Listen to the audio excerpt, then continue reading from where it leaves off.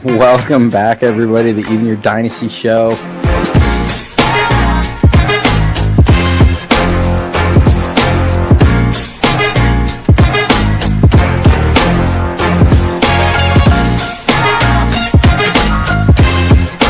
We just got breaking news in.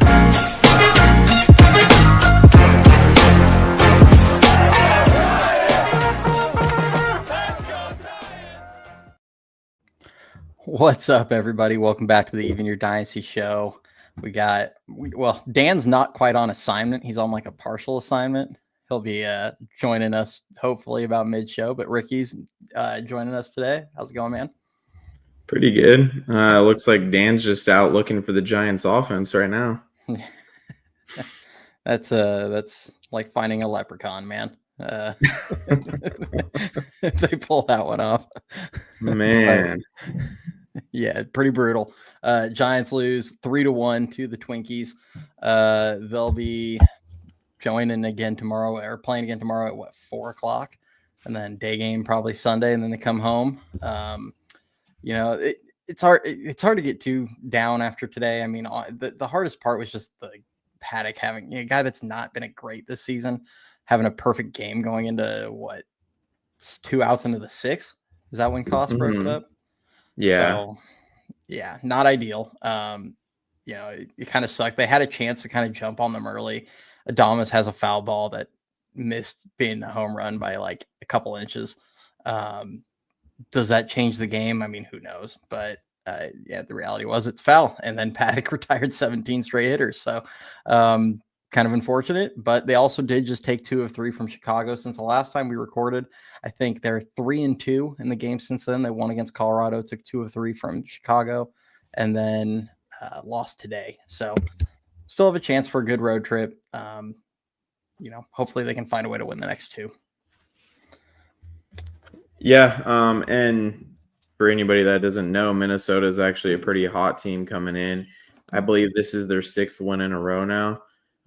So them and kind of the other top 2 teams in the AL Central are kind of starting to heat up and even things out around the league and kind of playing catch up with the NL West now. So, unfortunately, Giants are getting a pretty hot team coming in, especially on the pitching side of things. I was pretty disappointed they weren't able to get anything going against Paddock because he's kind of had a similar season to Jordan Hicks, very up and down. Unlike Hicks, though, he tends to give up a lot of home runs. And the Giants almost had 2 today, which would have made it a little bit closer, but even Willie's, I believe, would have just been a solo shot. So, it's still striking out a little bit too much. Paddock I don't think he had quite a K per inning, but they're just way too much swing and miss, not really jumping on fastballs early on in counts. I see a lot of. I see the Giants just not really doing a very good job at those high heaters up above the belt that are getting called for strikes. You saw it a lot in those 2 games they played against the Padres as well. Just really struggling with that. And it kind of seems to be a trend around the league right now. A lot of teams are having their arms kind of throw those challenge fastballs up a little bit high in the zone and kind of just trying to see what the Giants can do with it. And they've really struggled with that, especially the middle of their order. Yeah, I mean, and I think this last couple of days, it's just kind of shown how reliant the Giants have been on Jung-Hoo Lee. Because he's been ice cold he had that big game in Chicago, but I think he's taken either an 0 for or like a 1 for 5, like every game for like a week other than the big game in Chicago. And the offense is just scuffling hard right now. I mean, they have one like pure hitter in their whole offense and the guy's not swinging it. And we're just been endlessly waiting around for Adames and Ramos and Chapman to get going. And I mean, Chapman, to his credit, his OPS is like nearly 800, even though he's not hitting for any kind of average. And Adames has like a 800 plus OPS in the month of May. I mean, we're only 9 days into the month, but I mean, he's been swinging it well. And Ramos looks like he's starting to come around, but I mean, these are still high strikeout guys, are inconsistent. And when they're not doing it, and then Wilmer's not like tearing it, he's not hitting homers anymore. It's kind of just been some clutch hits here and there. Yaz has cooled off. Bailey and Wade are still, I mean, they've heated up for their standards, but they're still not exactly like super hot swinging the bat well. I mean, it's a rough go right now. And then Fitzgerald's hurt. I mean, Cost, to his credit, has been putting out quality at bats, at least it feels like, which is kind of a shock, but we'll take it. So they're in a rough spot. Yeah, the Fitz injury is big because he was pretty much on fire there for a little bit, and then he was one of their more consistent hitters even right before that injury occurred and he went out and got put on the IL. And it really made a difference because they were at least able to have him kind of flip the lineup over in the 9-hole, where now you just have a massive black hole at the bottom of the lineup. I mean, honestly, the Giants have to have the worst 7 through 9 in the entire league, and it can't be close. I mean, it's atrocious. It's not even major league standard at all. You have 3 or 2 guys who can't even reach 200, and Cost, who's hanging on by a thread to 200. And that might have been because of that single he hit tonight. It's bad, and there's just zero power. I mean, those 3 guys are combining for, I believe, 2 home runs. Bailey has none, Cost has none, and then I believe Wade has 2 on the year. So yeah, it's rough. I mean, if you're struggling to get a 500 OPS, I mean, changes are going to need to be made at some point here. I'm not as worried about second base. Cost gives you above average defense for sure. So I can tolerate that for a little bit, knowing that Casey Schmidt should be coming back here relatively soon. He's right behind Harar in his rehab right now. But with Lamont Wade, I mean, if Harar's not taking his spot, I don't know how much longer we can tolerate Wade's cold hitting. He's hit enough to get himself off of 100 and getting himself into the 150 range, but it's still been real rough for him. I don't know what the numbers look like in the last, say, 10 games or so, but man, they really have to address that, because while the middle of the order is not really doing their job right now, you just can't have automatic outs in the last 3 spots of your lineup. I mean, you're looking at doing nothing every 3 innings. So you just can't have that. Like, at some point here, we're getting to the point where all these guys are getting over 100 at bats on the season, roughly almost a quarter of the way through their seasons. Like, at some point, you got to look elsewhere, whether it means making some sort of a trade for that first base spot or just plugging Harar in there. I don't know, because at this point, you got to figure something out. Yeah.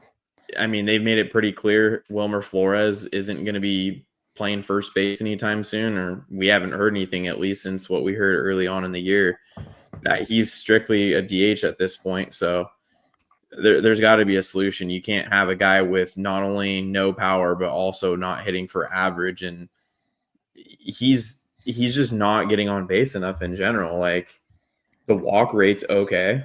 It's not bad, but he's just not hitting at all. You just can't have it. Yeah. I don't look at the last 7 games for Lamont Wade. I mean, I've seen multiple people comment on how he's, his offense is coming around. He's starting to swing it a little better. And if you just look at that number, maybe it's like, oh yeah, okay, he's starting to come around. And then you realize that's a 583 OPS. Have our standards lowered so much with a player that we're like a 583 OPS in his last 7 games? We're like, he's turning it around.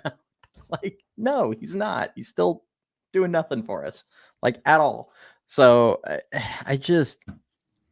he barrels up a couple.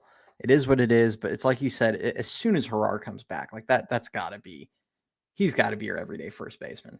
And I mean, no platooning, none of this garbage. it's going to need to just be Harar is your first baseman. Wade is a lefty off the bench, if he's even on the roster, which, I mean, we've talked a lot about how kind of Flores and Harar are a bit redundant.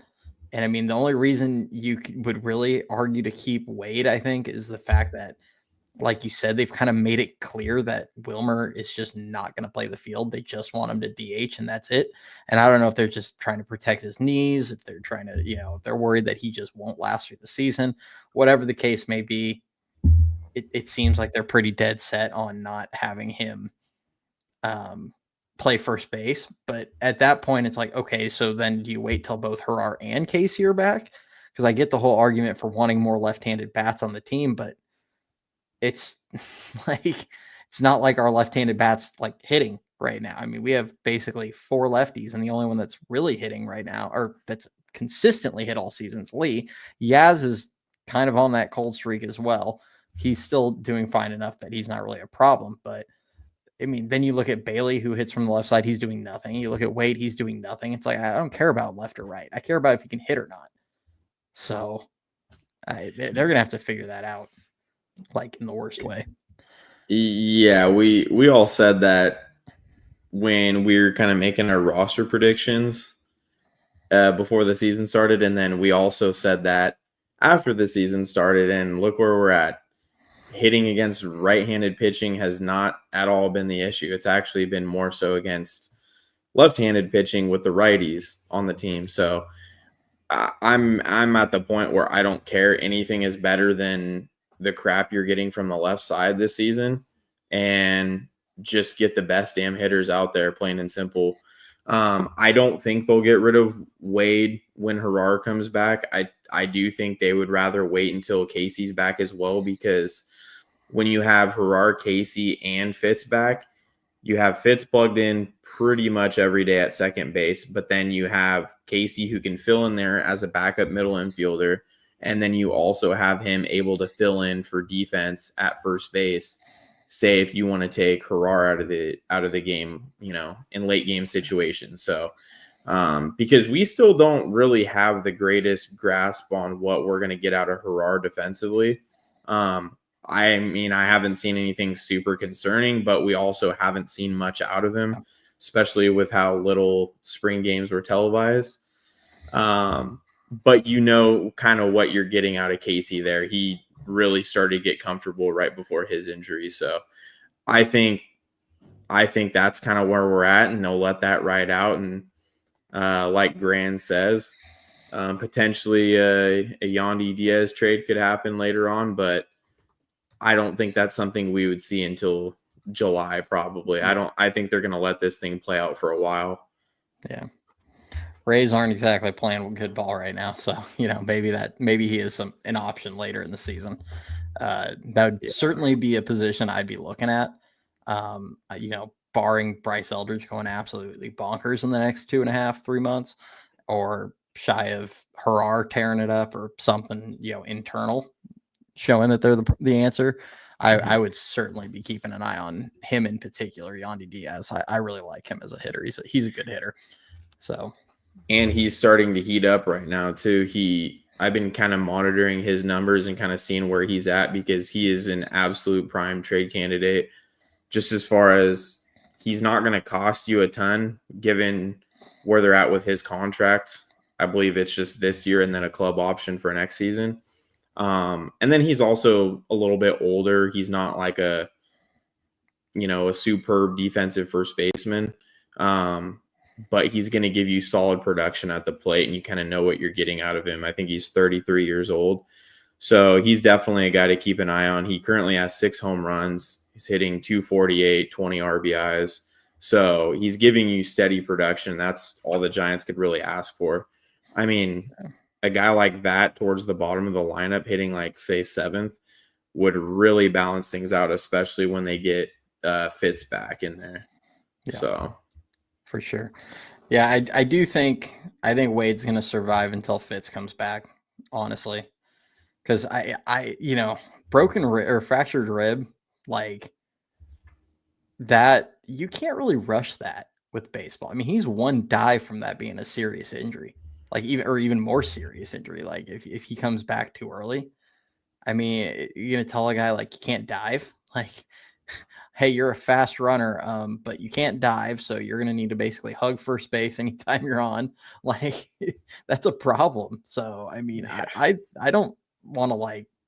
I mean, hopefully it's not going to be such a severely long time that he's out, but it wouldn't shock me if we're talking like a month or two with Fitz.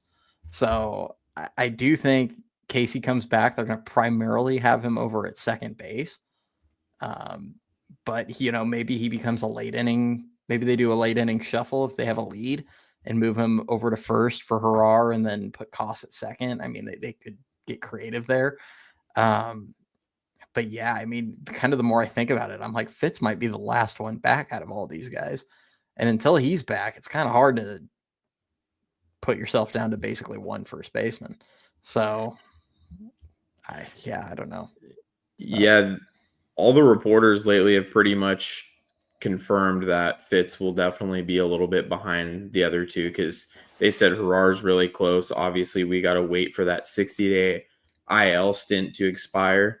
But they said Casey Schmidt's right behind him. So we could see those guys both come back in a pretty close amount of time together here in the near future. And then they said Fitz is kind of a little bit further behind, not really doing anything too intensive so far. So yeah, we'll see. It's going to be a rough one, kind of grinding out more weight at bats, but I'm really hoping Casey can come back and really hit the ground running and take some of those starts away from him.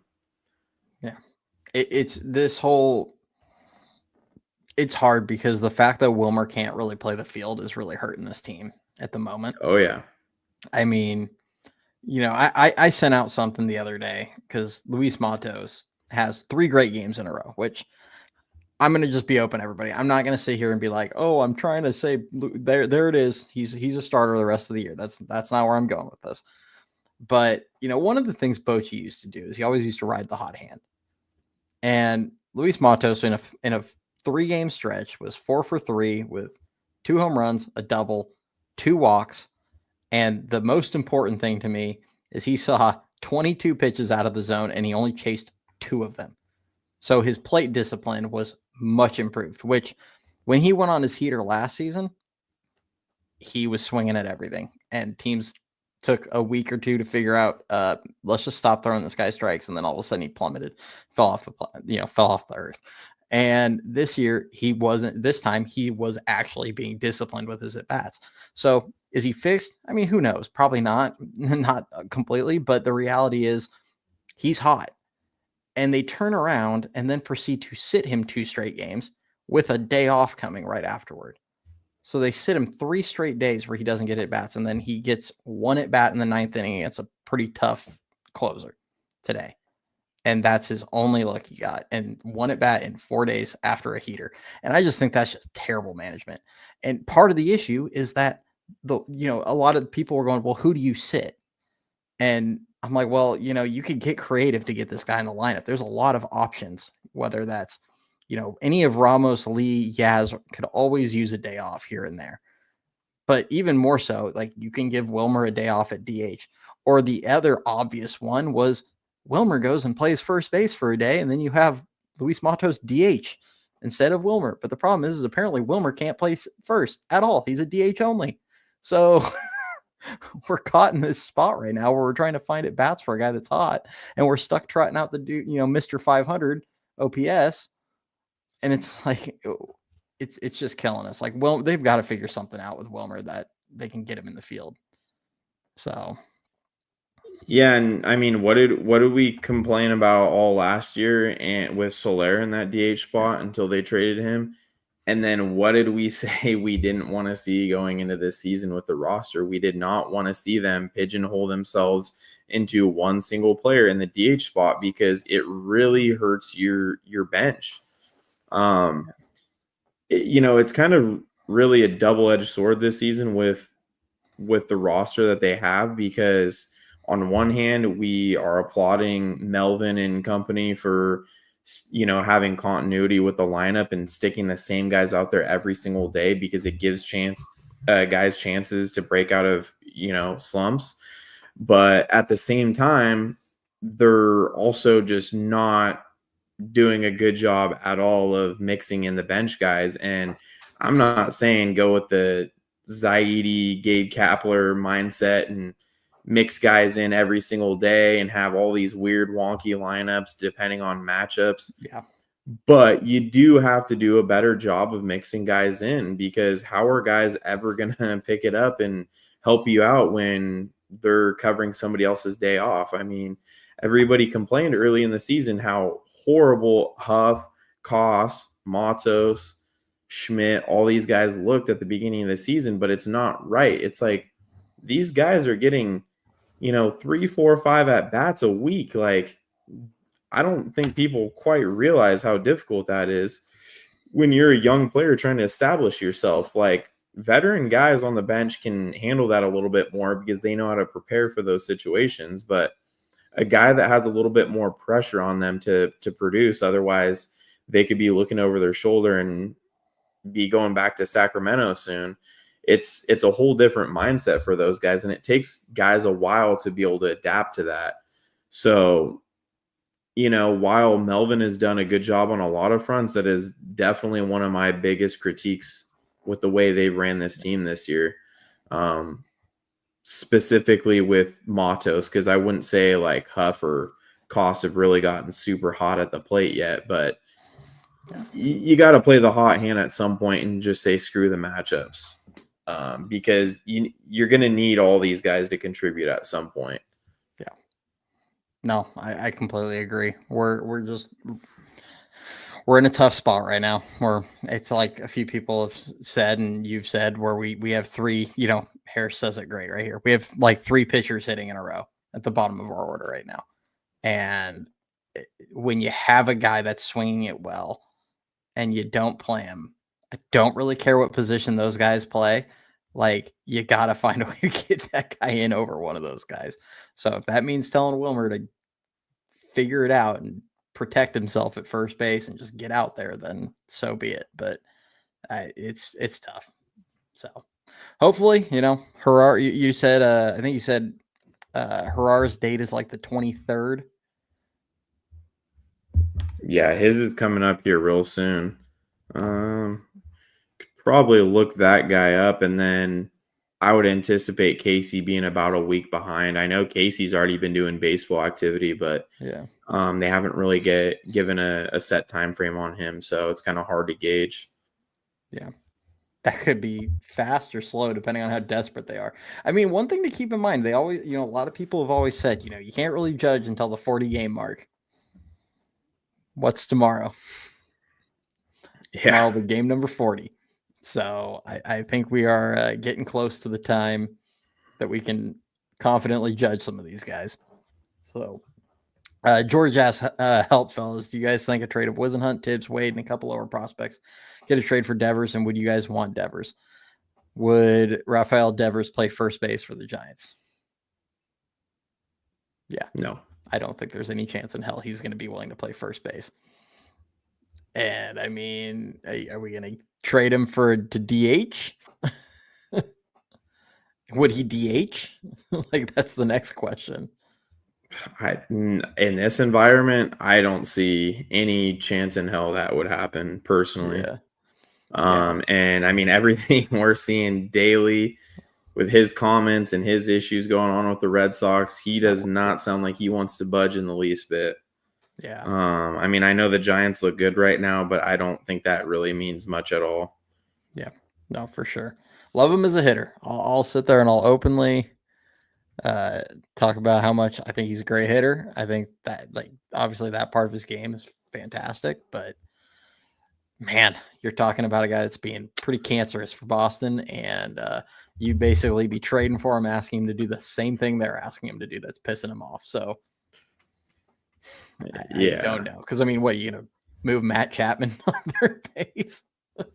Exactly. Chapman, you're going to go play shortstop. Adonis, you play second. Rafael, you and your negative 28 outs above average last couple of years, you're going to go play third.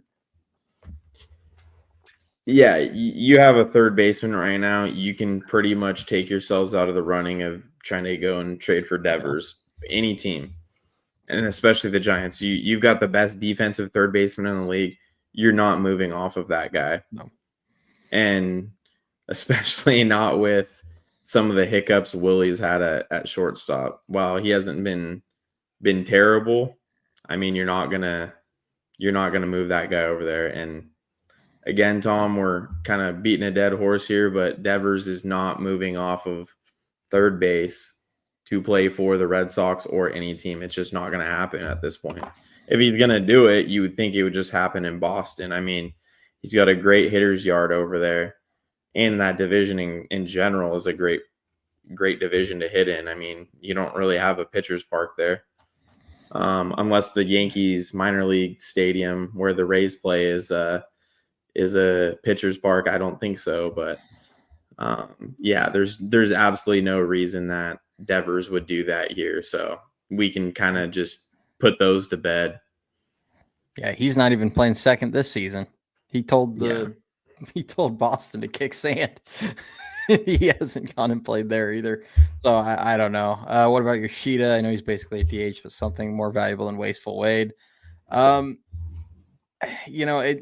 we'd have to circle back probably closer to the deadline. I think the Giants are going to want to see what they have with Harar, Casey. Their full decks, so to speak. Fitzgerald back. I think they're going to want to see that. And none of those guys are out with like season-ending injuries. They're all kind of scheduled to come back probably before June 1st or thereabouts. Well, Fitzgerald might be a little after that, but the other two.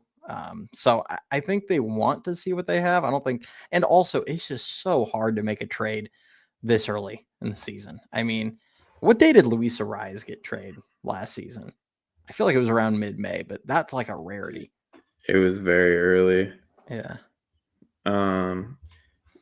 Honestly, guys, anybody on the Red Sox that I would say would be the better fit for the Giants, he's already been in trade rumors for a while now, is Wilyer Abreu. He's got, I think, 9 home runs on the season right now. He's hitting really well. He's only 25 years old, plays right field. So he could potentially be not a Lamont Wade, a Mike Yastrzemski replacement. And the Red Sox have made it clear that they'd be willing to move off of him because he does have some value, and the Red Sox are loaded in their farm system with some high-end talent that's scratching the surface of the big leagues right now. I mean, Christian Campbell's already been up, but then you're looking at, a guy like Roman Anthony, Marcelo Meyer. So they're going to be opening up spots here relatively soon. And the Red Sox are basically playing 500 baseball right now. So I definitely see them as a fit for the Giants if they do want to go trade for a position player. But again, don't expect anything until very close to the trade deadline this year. Yeah. Willier just freaking rakes, man. That dude can hit.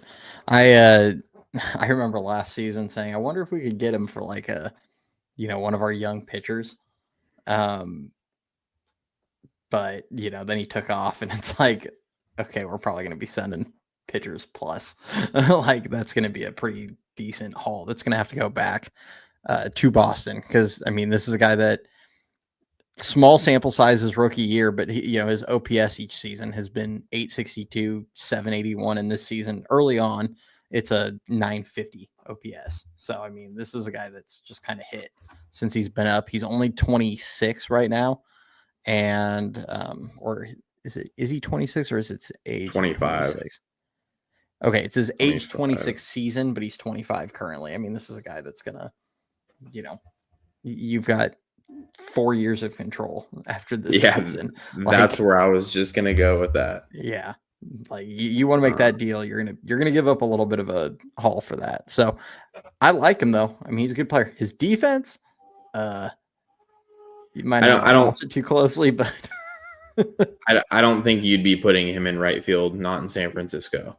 But are we gonna put Ramos out there right now? Yeah.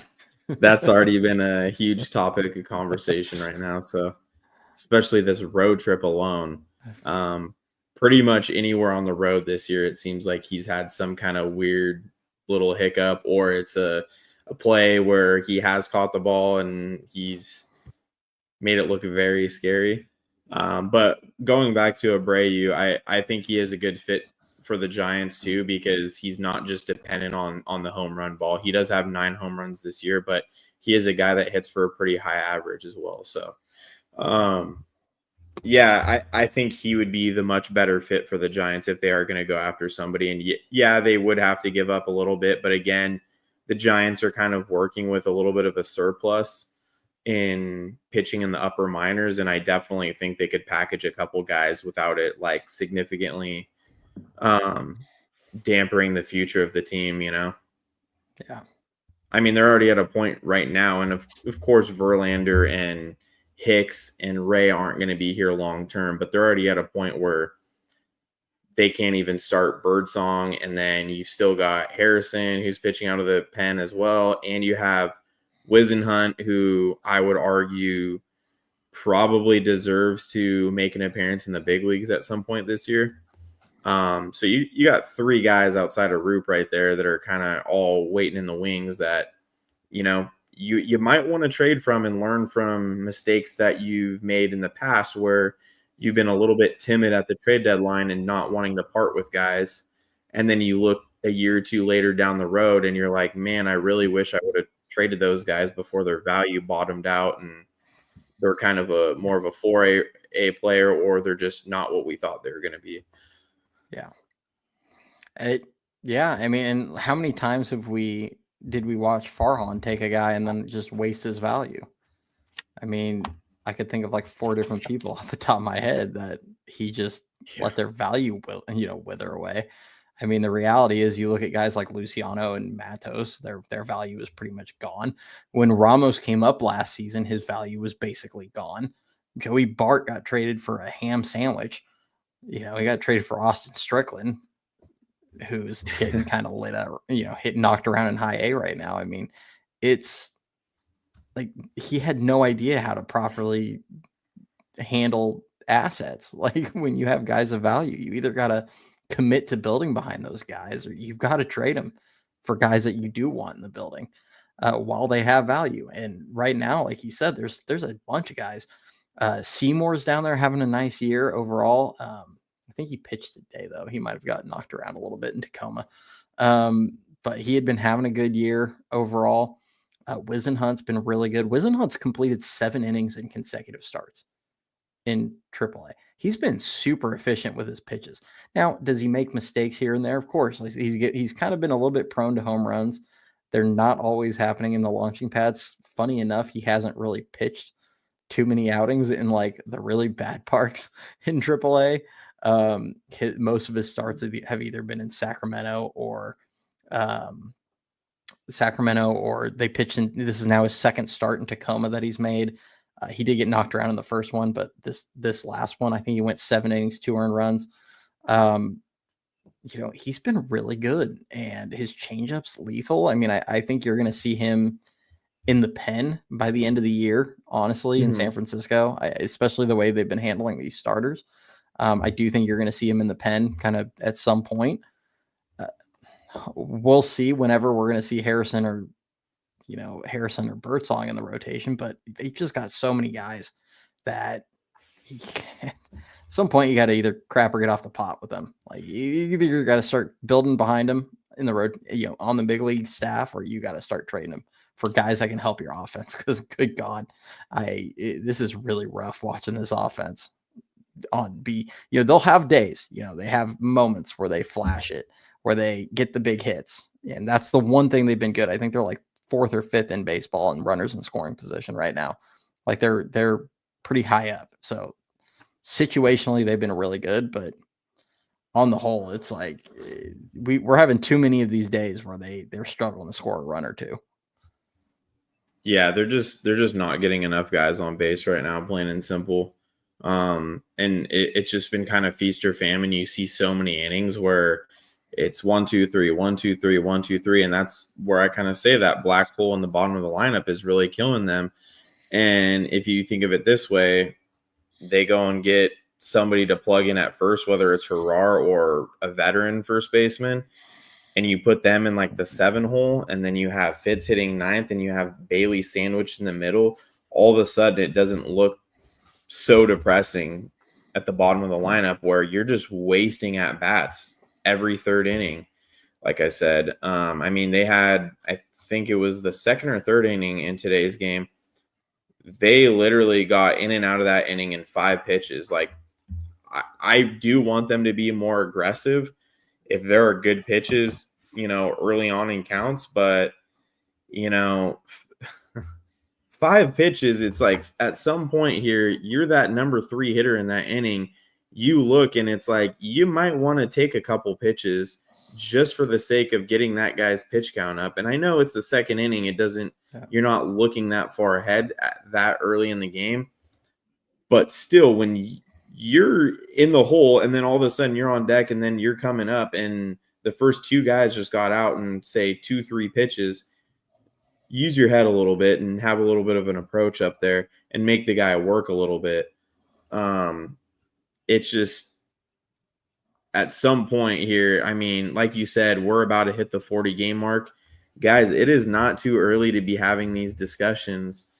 We are almost a quarter of the way into the season. At the end of the day, you don't want to just completely waste games away by being overly patient with guys. And I'm not saying, trade everybody right now, but it's like it is time to have these discussions and start looking ahead and seeing how we can improve the team, because the starting rotation is starting to come around now. I went on here 2 weeks ago, I believe it was, and was harping on the need for the rotation to get back to throwing strikes. And while it hasn't been perfect, they have done a lot better at throwing strikes and going deeper into ball games. And then the bullpen, I mean, they're one of the best pens in the entire MLB right now. So you pair those 2 things. Well, now offense, it's time for you guys to step up and be a little bit more consistent, because it's too oftentimes it's one big game and then it's like they go cold for 2 games and they're barely scraping by, and their pitching does keep them in most games. But it's like you guys should not be waiting until the 6th inning to get anything going offensively. Too oftentimes they're just getting behind in games. And, that segues right into what Ed's talking about here. Hicks had a 12.8 ERA in the 1st inning going into today's game. Like, that is insane. And I know I've been hard on the guy. The guy Philly really hurts that. That Philly start. Of course, but it feels like every time Hicks pitches, we're always playing from behind and always battling.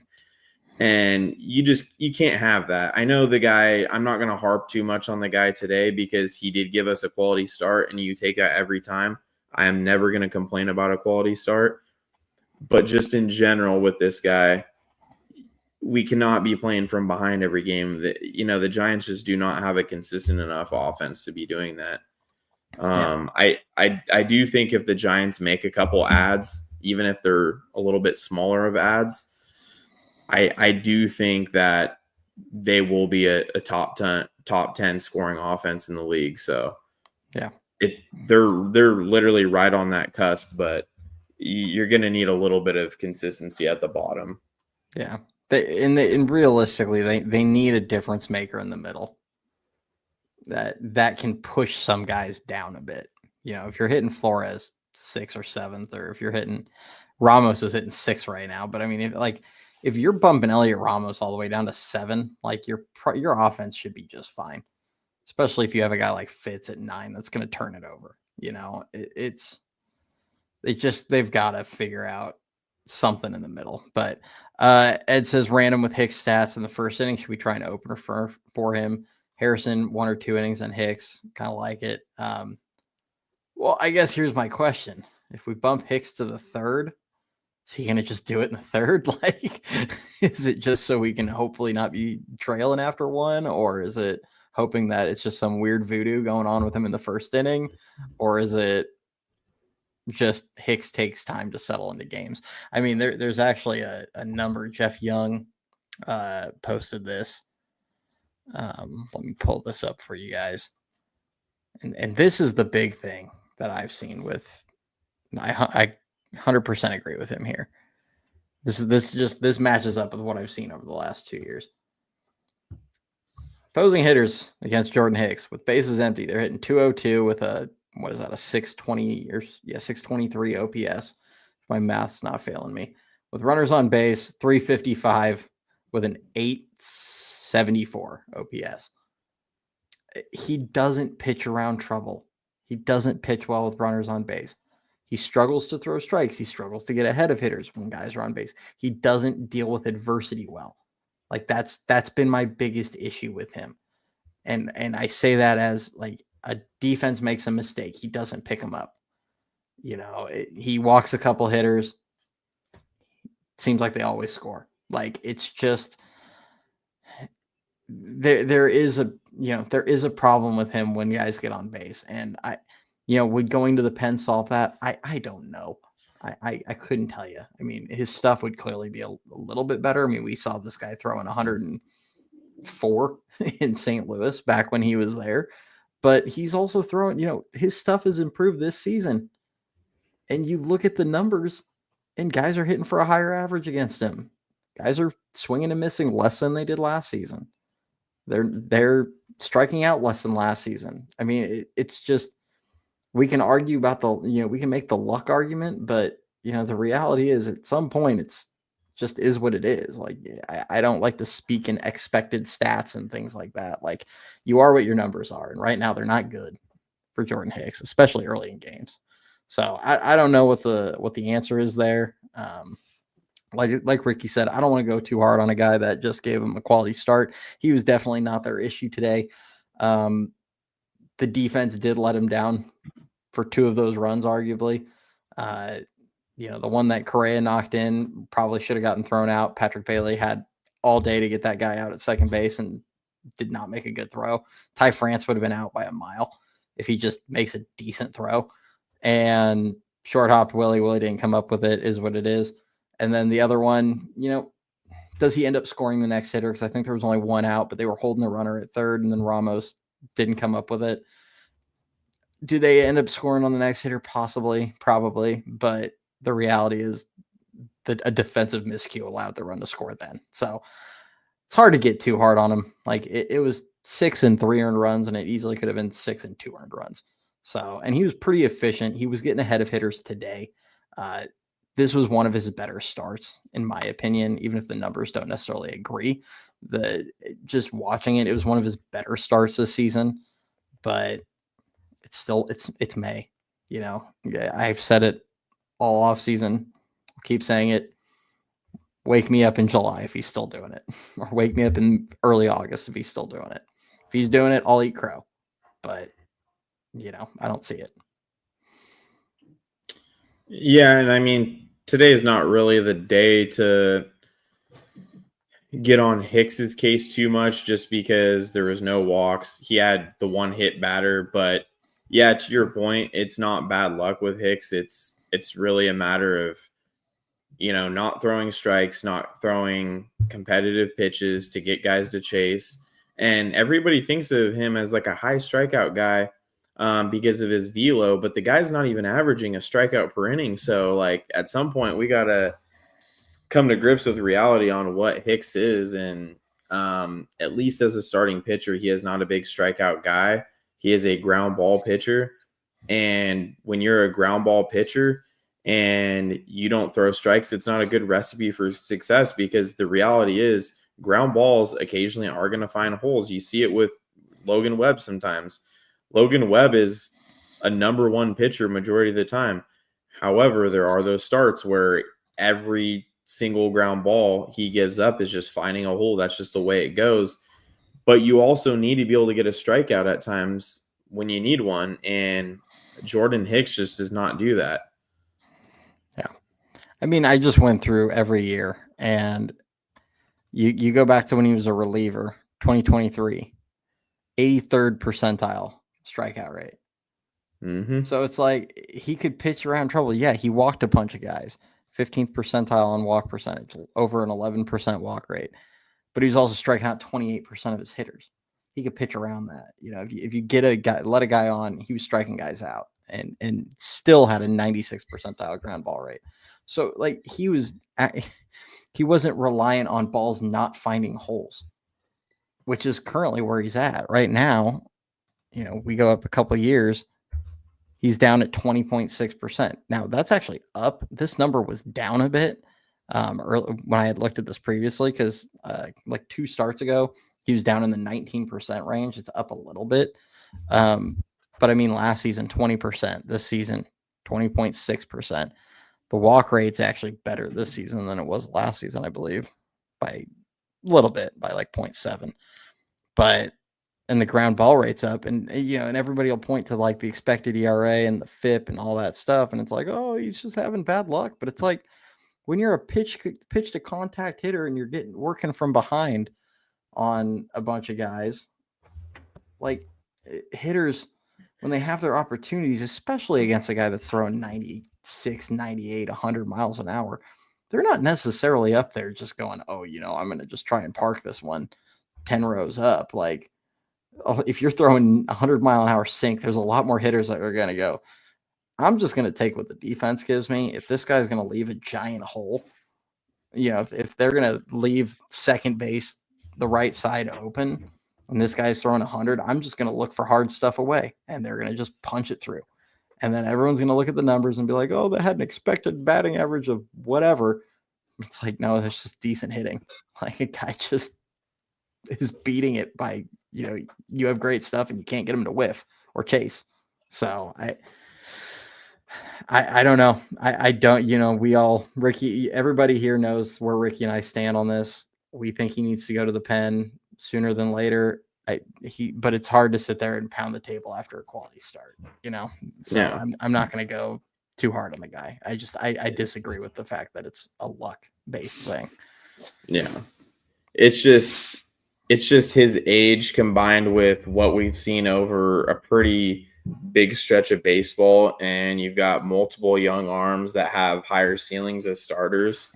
It's too many people getting overly attached with what he was as a relief pitcher and thinking exactly that type of pitcher is translating over to a starting pitcher with him if we allow him to get stretched out and pitch long enough in that role. And it's like, you can't have his walk rates basically stay way too high, and then his K rates, his chase rates, his whiff rates all significantly decline. Yeah. But again, let's address the offense first, going into this comment here down below. I mean, I can't give you all exact names. I would have to look into stuff and where guys' contracts are, roughly how much they cost at the deadline, the teams that they're playing on and where they may be by the deadline, to see who would actually be willing to trade some pieces off. But in terms of needs, if I'm ranking needs, depending on what Herrera does when he gets back, it would be first base for me. I would add a bench bat, because I think the Giants desperately need a little bit of stability off of the bench. Maybe somebody who's a veteran guy that's more experienced in that role and can give you some decent, hitting late in games. And then I would go with another bullpen arm. Those are like the 3 needs for me. So I wouldn't do anything huge, but I definitely think they need to add a little bit of depth to their big league roster, because they probably have one of the worst benches in the entire league. Between, when everybody's healthy, you got Casey Schmidt, Christian Koss, Sam Huff. Yeah, I mean, it's pretty grim. Luis Matos. You just have a lot of guys that aren't experienced. And the thing is, if they're going to play once a week, that's just not the role for any young guy. You're never going to develop a young guy unless they're an absolute superstar. You're never going to develop a young guy like that. Plain and simple, especially when they're a right-handed hitter and you're platooning them.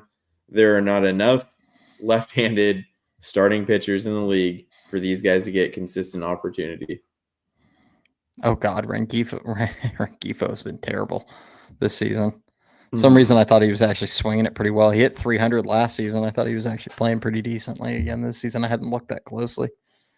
Just knew he was getting kind of closer to his contract being up. Yeah. Yeah, I mean, it's hard. Yeah, go ahead. Yeah, he's a solid player. I mean, he'd be a big upgrade over what they have, and he has a little bit of versatility. Obviously, they throw him a lot at third base, and we saw when the Giants played the Angels that he's a very good defensive player. But yeah, they desperately need to improve their bench. I think that's a very big but underrated need for them. Obviously, everybody wants the power bat. The reason I don't mention that is because, a middle of the order bat is just more than likely not going to be available at the trade deadline. I mean, with the way the wild card is set up now, there's only so many teams that are going to be actually willing to trade off pieces at the deadline. Your list is going to be like down to what, 5, 6 teams probably. Obviously, the White Sox and Rockies will be a couple of them, but I mean, neither of those teams really have guys that they would be willing to move off of, except for maybe the White Sox with like Luis Robert Jr. But I've said this in the past a bunch of times with him. I'm super out on him as a player until he actually produces on the field, because we're just projecting with him. We're not actually talking reality with Luis Robert. He hasn't really shown anything in years, and the price tag is just way too high for an unproven commodity. The Giants just can't make that kind of a gamble. Yeah. It's tough, man. I mean, you look down each of these. Baltimore's super underperforming right now. I mean, maybe there's somebody there. I think I've heard people floating the idea of like Mountcastle being available. There might be a few. Angels, I don't know who the hell they're going to give up unless you're trying to trade for the ghost of Mike Trout. Who's hurt? Yeah, who's again? Hurt? Yeah, again. Toronto, I mean, maybe Bo Bichette's available down, and that's something that you're going to have to like monitor. Tyler Fitzgerald, Casey Schmidt, those guys between now and the deadline. Maybe he's available. I don't know if you want to make that trade. Texas, I mean, who are they going to trade? They have a lot of bats, but I don't know if any of them are necessarily in a spot where they're like actively going to be shopping them. Chicago, everyone sucks there. I don't know if there's anyone that you're looking to trade for. I mean, our boy Austin Slater's there if we're worried about left-handed pitching. Oh yeah, no way. Way out. The NL, a team like St. Louis would make sense for the Giants, but then you look at where they're at, and it's like the Central's not good. They're only two right now. They're only 2 games behind the Cubs, and the Brewers are behind. They're second in the Central. I mean, the Central's terrible. So one that does make sense outside of Yandy Diaz for first base that I saw somebody in the chat mention a couple weeks ago, I believe, was Nathaniel Lowe on the Nationals. I believe he just signed a 1-year deal, and I mean, they're kind of in no man's land. I mean, I think they're gonna hover right around what their record is right now, a little bit below 500. They're a scrappy team, but he's a guy that's not a part of that team's future at all, and he's producing well, and he's got a pretty good track record. I think he's a guy that makes a ton of sense for the Giants. Yeah, and a lefty bat, even better. So he's 29. I think he has 6 home runs, 248 average. So nothing crazy, but I think the value wouldn't be crazy high. I don't think you'd be giving up a higher end prospect in the Giants system. I mean, you might be able to even give them like a Casey Schmidt, Luis Matos type player and call it a day. Honestly, based on those guys' age. So he's here. Sorry, guys. I was like Ricky said, I was busy looking for the Giants offense. I didn't find any. I was going to ask you. Yeah, I didn't find any. Yeah. He found the secret to life before he found the Giants offense. Yeah, I found the fountain of youth before I found that thing. Man. I actually like this one. George says, how about a player like Ryan O'Hearn? I'd have to look at his contract situation, but I mean, he's another lefty hitter that's performing well. his contract club option for $8 million next season. So similar situation as Yandy. That's another one you could look at. I like Andrew Vaughn. I don't know what he's doing this season necessarily, but he's been bad. Buy low. Is he been terrible this season? Yeah. Yes. I mean, he's a buy low situation. I mean, you're going to be getting him for nothing basically at that point. Might be a Joey Bart thing where it's a change of scenery. I don't know. I mean, it's hard. It's May 9th. It's hard to know who's going to be available. Like I kind of mentioned St. Louis, if they fall out of it, they've got a few interesting guys there and I'm not talking about Arenado, like guys like Gorman or where they might, Jordan Walker, if they want to try and move him for a pitcher. They've got a few different guys where they're just pretty down on pitching in that organization right now. They don't have much there. And Giants have a lot of young pitching, as we've talked about a bunch of times. So I think they could be a legitimate trade partner that makes sense. But yeah, I mean, it's hard. Ryan O'Hearn is absolutely raking this year. Yeah. So he'd be a guy, both him and Lowe aren't going to give you like some above average defense at first base. Not that we're getting that from Lamont Wade at all, but they will hit for you at least. So yeah, there is that. All right, let me see if I can find the comment. Yeah, there's just Larry Krueger loves Vaughn. Yeah, Larry Krueger loves any local guy that's done something at some point. It's pretty accurate. I have mutual friends with Andrew Vaughn. I have a soft spot for him too, but reality is the kid's really struggled. Yeah, I don't know. It might be a change of scenery situation. I do believe he was a Giants fan growing up, so that would be cool for him. Yeah. Did I delete that comment? Whoever that was, I'm sorry. I think I might have deleted your comment. I know that you were asking about the Padres. I went to just put it down for a second while Ricky was talking. Oh, there it is. Oh, Grand. Oh, it was on the second half of his question. That's why sorry, guys. I lost that. How do we feel about Padres and Cubs sitting back on Roop's curve? Think the Twins will sit on it too? I mean, the Roop's biggest problem to me has been he's not locating his sinker. Yeah.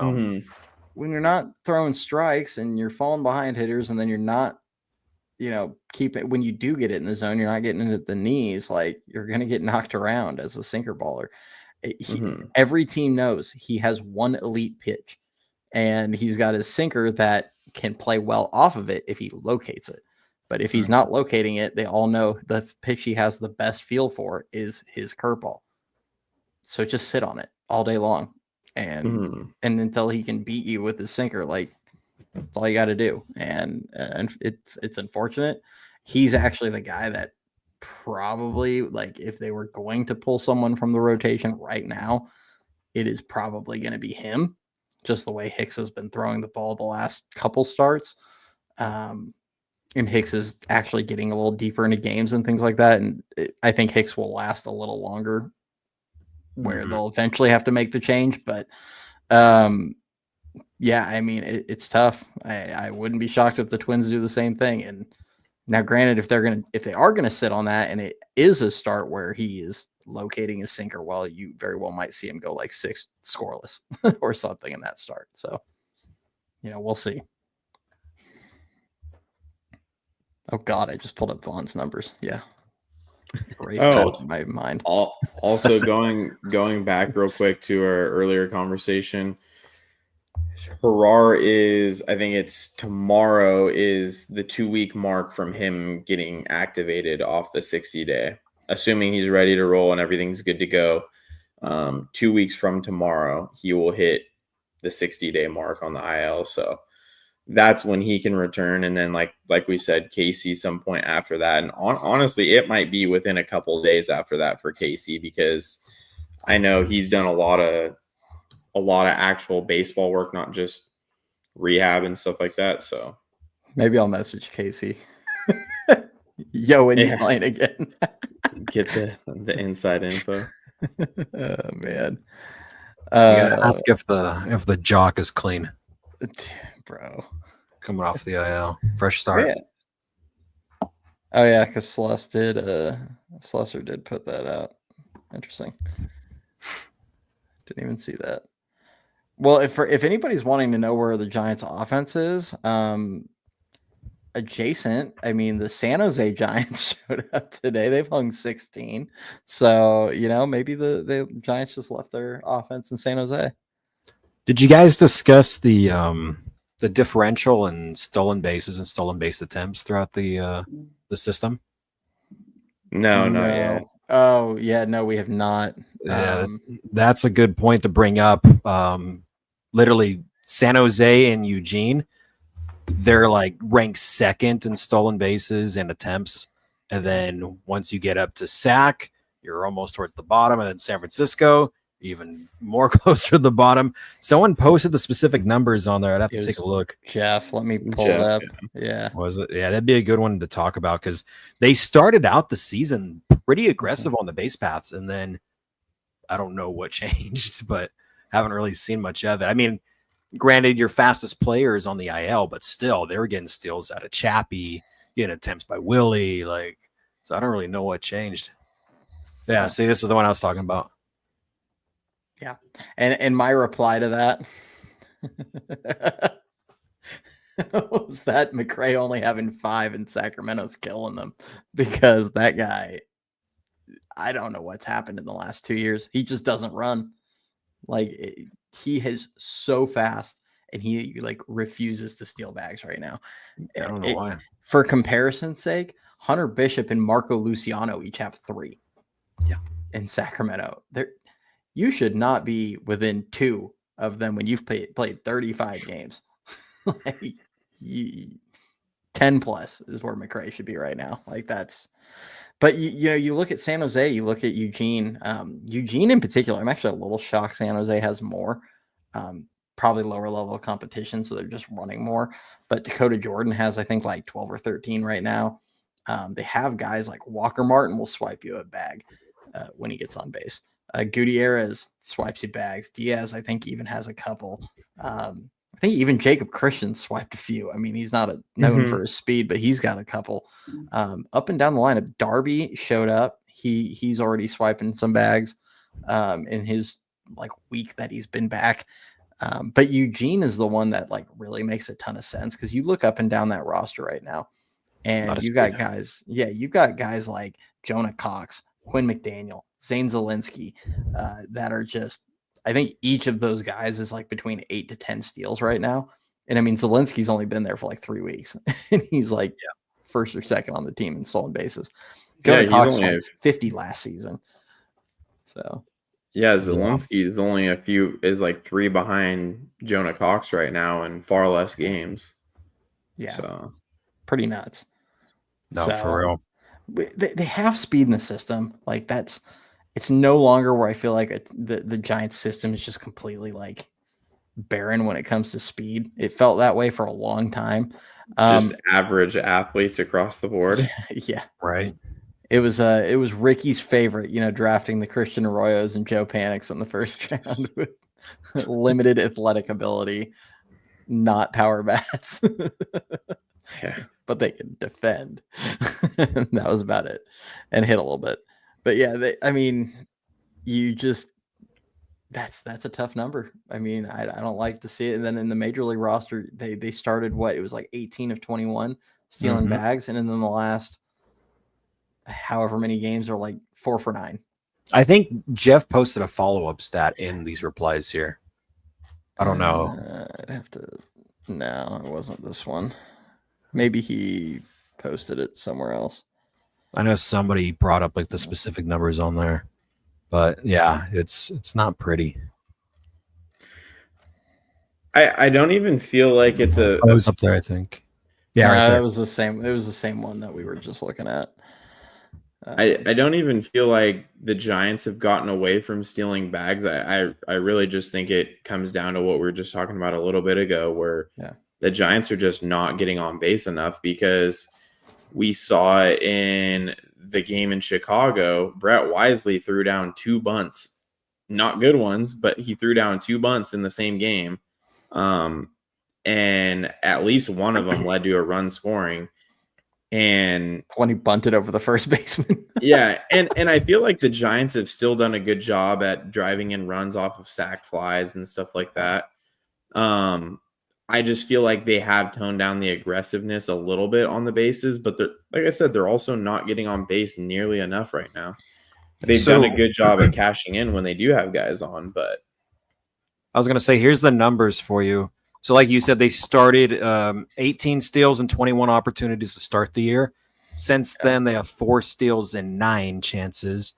And to break it down in a percentage, the league mark is 78%. The Giants are currently at a 73% success rate on the year in steal attempts. Yeah. So that's what they ran into last year, where they got super aggressive for like a couple weeks and then they stopped. And then you looked at their like success rate and they were 10+% below league average. And it's like, we're just running into too many outs. Yeah. So I get it, but also at the same time, like, you got to find a way to ignite the offense a little bit. But, yeah, got to do something. I mean, you look at their lineup, though, and it's like, again, when you have Wade Bailey Koss, the last 3 spots, got two of the slowest runners in the league, although Bailey has gotten a little faster this year. And then you have Christian Koss, who almost never gets on base. You've got Wilmer Flores hitting 2 spots above the black hole at the bottom. So it's like you're really limited. And then we kind of touched on this a little earlier too. Jung-Hoo Lee is hitting, I believe, 194 in the month of May so far. So he's not getting on base. And you got Chapman, who hasn't really done anything outside of hit a bunch of solo shots for the most part in the 1 grand slam. So he's not necessarily getting on base. He's just driving runs in. And then even same thing with Ramos. He's driven in a couple runs, but a lot of his production has been through a couple of homers recently. And it's just really nobody getting on base. Adames too. Adames, most of his production lately has been either a single or a double with a guy with nobody on base, or he's had, the 2 homers against the Rockies, both solo shots, and then he had a homer against the Padres, right? And that was a solo shot. And so it's just been solo shots and nobody on base, pretty much. Yeah, it's like Chapman has 24 RBIs. So it's like Cody says, Willie would have like 20 bombs right now if the foul pole was moved about 40-50 feet to the left. So if he played in LA. Yeah. If he played in Dodger Stadium or even the Angels Stadium, it would help him out a little bit. Yeah, those little short field senses. That dude, man, like every time he spins on one, and I'm getting to the point where he hits one hard and it goes like you can tell he pulled it. I'm just like, that's foul. I'm not even getting my hopes up anymore. Hey, when they do play down in LA, I'm fully expecting a couple home runs now. Ricky's gonna be hammering the over on bases for Adames. Gonna be cashing in. Honestly, Chase Field is another one too that I think goes out a little bit down the left field line. So those will be some games to watch for Willie for sure. Yeah, for sure. Yeah, he's not been horrible with runners in scoring position. He's still hitting 258. It's always been his kind of. Oh boy, the Dodgers just came back. Ohtani had a 3-run shot. Oh God! In the top of the 9th. They've scored 6 runs in the top of the 9th against the Diamondbacks. Remember what the Dodgers are up by 3 now. Oh God. I was like, what you said about the Diamondbacks bullpen. Yeah, what did your boys say about the damn Diamondbacks coming into the season? They're gonna hit the shit out of the ball and they are not gonna pitch with a damn. They're gonna be just like they were last year.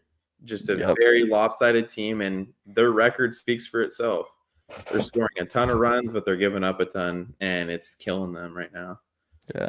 Well, thanks for telling me not to log on to X tonight. I don't want to see all of MLB's Yeah, From no. Johnny. Um, Shout yeah. out Nathan. Said brother. 209, brother. IPA's brother. Cheers, brother. Appreciate you, man. Appreciate it.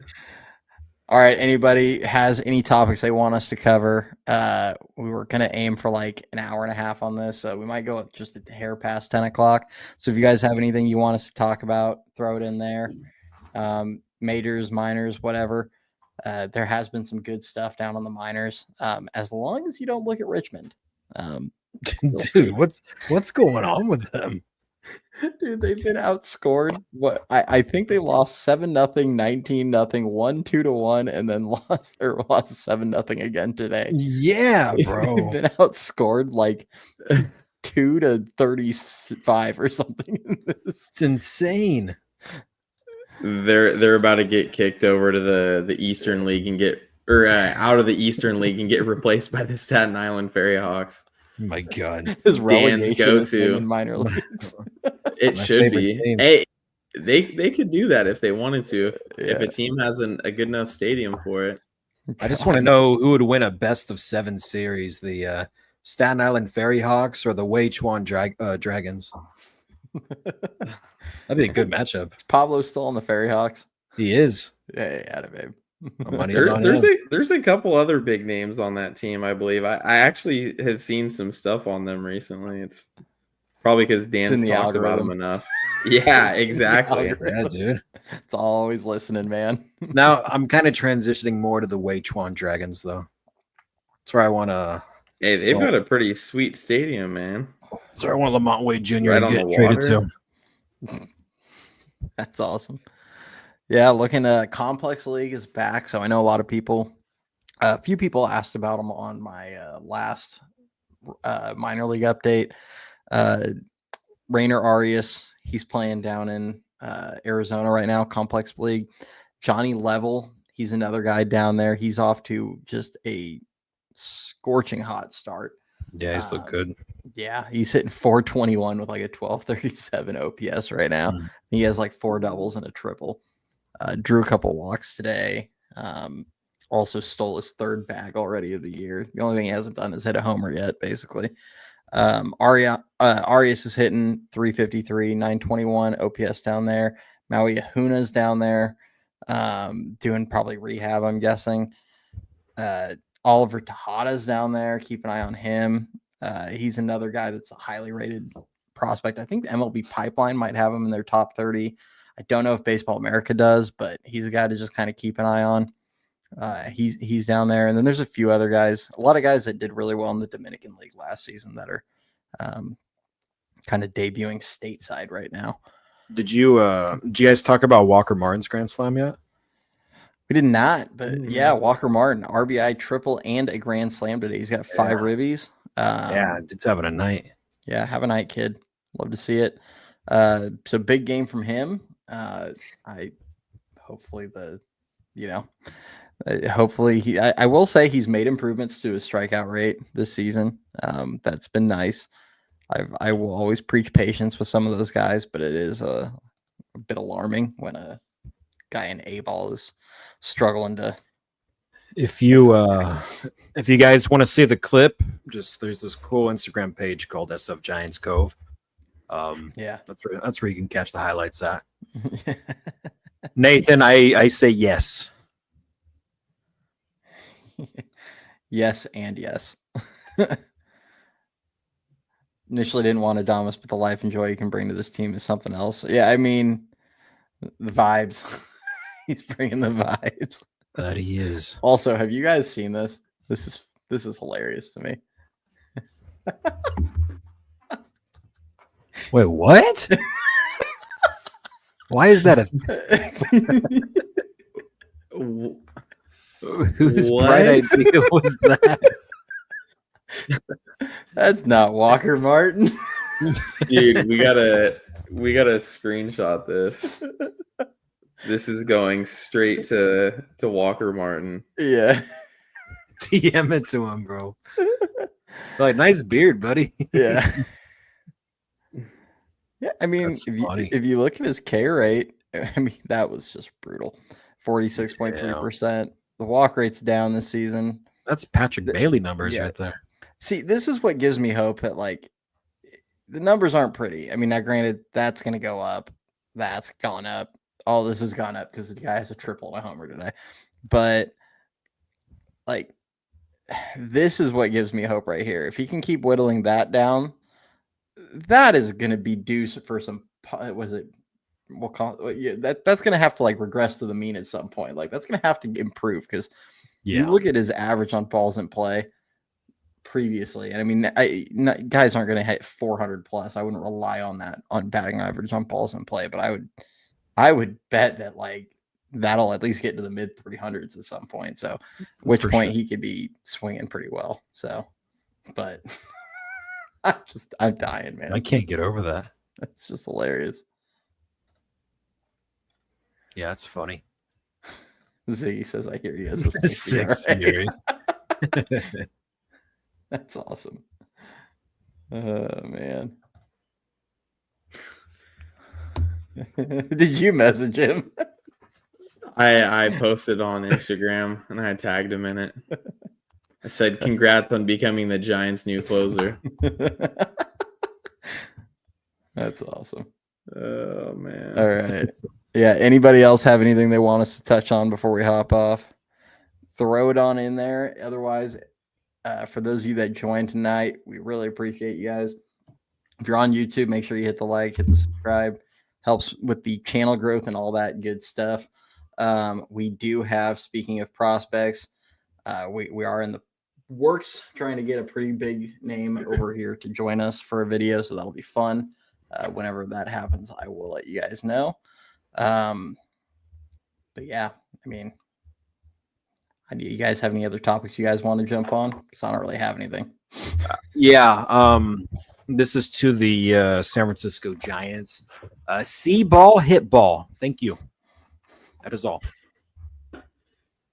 Please. And screw the damn Diamondbacks. How about that? And that too. Jeez.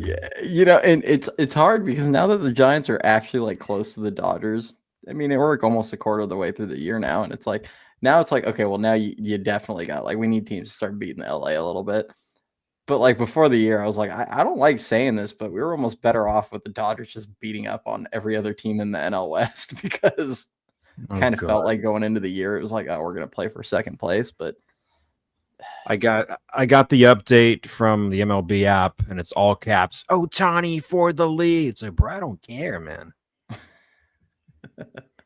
They'll make 14 posts about that, and they'll have 7 posts about the rest of Major League Baseball combined. Yeah. And if you guys were curious, the D-backs closer has a 15.43 ERA now. So screw you, Ohtani. You still suck. Walker Martin's like Ryan Walker. I looked at the damn photo. It's still on the other monitor. Ryan Walker's like, see, Giants fans, you're complaining about my 6 ERA. Look at that guy. Eduardo Rodriguez was the Diamondback starter. He has a 7.3 ERA. And their closer has a 15.43. Yikes. That's pretty good. Didn't they give Rodriguez like $20 million a year? Yeah, to get hurt and then never do anything after that. Give me a Chandler Simpson infield single instead of anything Ohtani. Facts. Ziggy, you are right about that, my friend. Dude, I would take Chandler Simpson all day in Oracle Park. Farhan Zaidi's going, see, Giants fans complained about me signing Ross Stripling and Sean Manaea and Anthony DeSclafani. At least I only paid them like $40 million combined. Hey, chat. Speaking of Dodger signings, I got a fun fact for you guys. I told the boys last night. Just want to throw some chaos grenades out there to you. You guys know how awful Michael Conforto is this season? And he got paid by LA, and he's just been awful, getting blasted all over social media. Yeah, his OPS is still higher than Patrick Bailey's. Just Just want to let that sink in a little bit. Oh man. Here, Conforto I'll be has a 504 OPS, by the way. Did it But go he down did yesterday? he took one at bat tonight. He did score a run in that 9th inning when Ohtani hit the homer, but he got hit by a pitch. Hey, helps the on base percentage. Amen to that. It's going up to the moon. Yeah, Conforto's hitting 134. Yikes. And we thought we had it bad with Lamont Wade. Yikes. Imagine give me that if 160. Conforto is here too. I'm a bit shocked that he has been just terrible offensively for LA. We all kind of thought that he would have a decent year with LA. Yeah. I flat out said it wouldn't shock me if he had like 20, 25 home runs and like 80 RBIs playing in that lineup. You're hitting behind like 5 potential all-stars, and you just turn into an even bigger pumpkin than you were in San Francisco. Like, I don't know, man. It's atrocious. Dan, thoughts on Bailey trying a torpedo bat? That's rage bait. I think he needs a tennis racket. That's my thoughts. I like when Dan talks about Bailey. Thanks, Grant. There'll be more rants to come. Trust me. Hey, what did I refer to Bailey as last week? Offensively, the Aaron Judge of sucking. Yeah. Well, because by the way, did you guys share the who Bailey currently compares to as a hitter? Oh yeah, did you guys share that last week? Yeah, damn right we did. Of course. Oh man. Of course. Man. I'm sure everybody will love that. Like, what do you even say to that? Yeah, what is the defense to that? Yep. I don't know, man. Mad Bum climbing too. Mad Bum might be able to step in the box right now and at least have given us a couple home runs by now. I legit think if you put both of them in the line, if he had every bit as many at bats as Patrick Bailey this season, having been away from the game, I think his numbers would be close. Yeah. Well, and like I said earlier, the league for whatever reason is going in the direction of having all their starting pitchers throw a bunch of high heaters. Like, that's right in Mad Bum's wheelhouse. Give him a belt high fastball and that thing's going over the fence. Just don't give him off speed and he won't touch it. Yeah, Jock's numbers are bad. He had one of the worst slumps I've ever seen. Well, Chris Davis was starting to dust off the champagne. Like he was thinking, hey, this guy might break my over streak. George says my nephew at JV has more pop than Bailey. Yikes. I bet Airbud could hit more home runs, bro. Man, I saw a highlight of some little leaguer, like one of those like Hall of Fame stadiums where, I mean, they're not huge parks, but I mean, the dude hit one like 150 feet out of the yard. I was like, this 12-year-old that looks like, I mean, it looked like the guy from Benchwarmers with the IM12. He was a big dude, but he hit one like 350 feet. Yeah, he like, smoked this kid's got more pop than Bailey. Oh gosh. But yeah, we're just gonna cork Bailey's bat, put a bunch of bouncy balls in the barrel. You cork his brain too while you're at it. Hey, we should just DM him Sammy Sosa's contact information.